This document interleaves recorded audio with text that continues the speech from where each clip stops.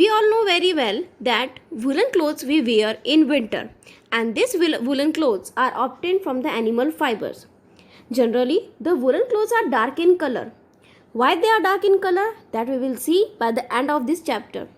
While in the summer season, we generally wear the cotton clothes, and these cotton clothes are made up of plant fiber, and the color of these cotton clothes are light in color mainly.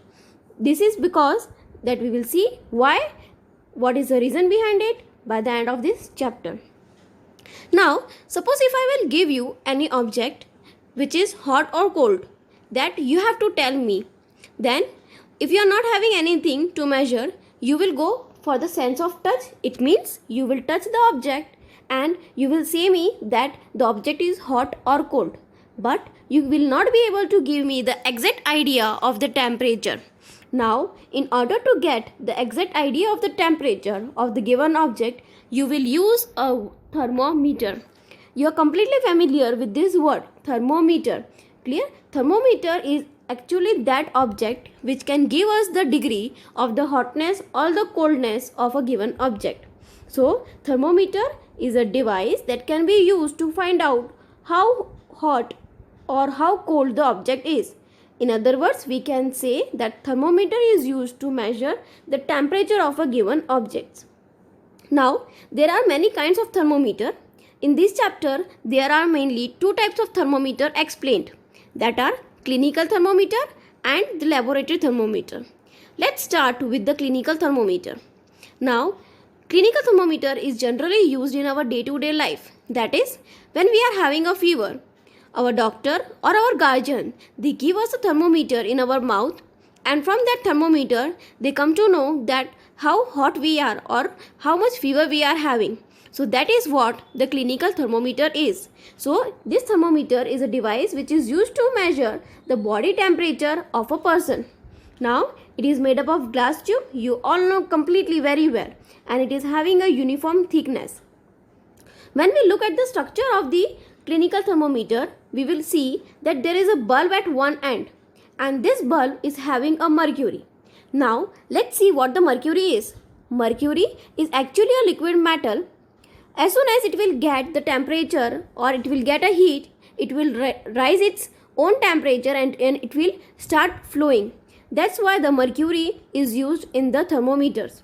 So the mercury level in the thermometer rises up in the thread-like portion of a thermometer, which therefore indicate the temperature of the body. Now, the level of the thermometer will help us to know that what is the temperature of the body. Now, the degree which is used to know about the temperature in the clinical thermometer is the Celsius. So, the temperature is mentioned in the Celsius degree. Now, in the clinical thermometer, its range is 35 degrees Celsius to 42 degrees Celsius, which is the range of the human body, because human body's temperature cannot come down below 35 degrees Celsius and it cannot go above 42 degrees Celsius. If it's so, then the human being is about to death or some serious condition is there with its body. Let's see the structure of the clinical thermometer. Now, you will see that this is a glass tube. Now, this is a bulb, and bulb is containing the mercury. You can see very well that kink is there. Kink is actually that part of the clinical thermometer which prevents the mercury from falling down on its own in the thermometer. Clear? So this is a very important point of this chapter, that what is the role of kink. Kink prevents the mercury to falling down from its own. Fine. Now let's see how to use a clinical thermometer. Whenever we use a clinical thermometer, we have seen that before using we wash it out, and generally the washing solution is an antiseptic solution that can prevent from any sepsis or any infection. Now the second step is to give the few jerks to that thermometer so that the mercury level can come down below 35 degrees Celsius, and then the thermometer is placed beneath the tongue for a minute. After a minute we can take it out and we can observe the range or the reading in the thermometer. Let's see what the precautions we should keep while using the clinical thermometer. First is, wash the thermometer before and after using it. Whenever we are using it, or when we are about to use the thermometer, we should always wash it off, because the thermometer main portion which is we are keeping in our mouth may be containing some harmful bacteria that can cause a serious health problem to us. That's why it is always advisable to clean it, to wash it before and after the use. And the next step is that we should always see that the thermometer's range or the level of the mercury should come below the 35 degrees Celsius. Then and only then the thermometer is working properly. Second thing is that we should keep it with care, and we have to hold it with care so that it does not break down, as we all know that it is made. We are about to start the laboratory thermometer. As the name is indicating, the laboratory thermometer, it means it is used in the labs. Clear? Now, the structure of the clinical thermometer and the laboratory thermometer has only difference of the kink. It means that kink is not present in the laboratory thermometer. Why? Because kink causes problem between the capillary tube and the mercury.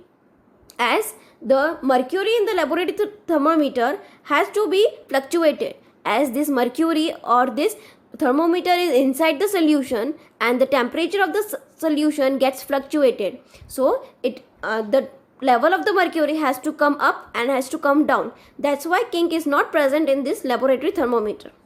Let's see the laboratory thermometer more in detail.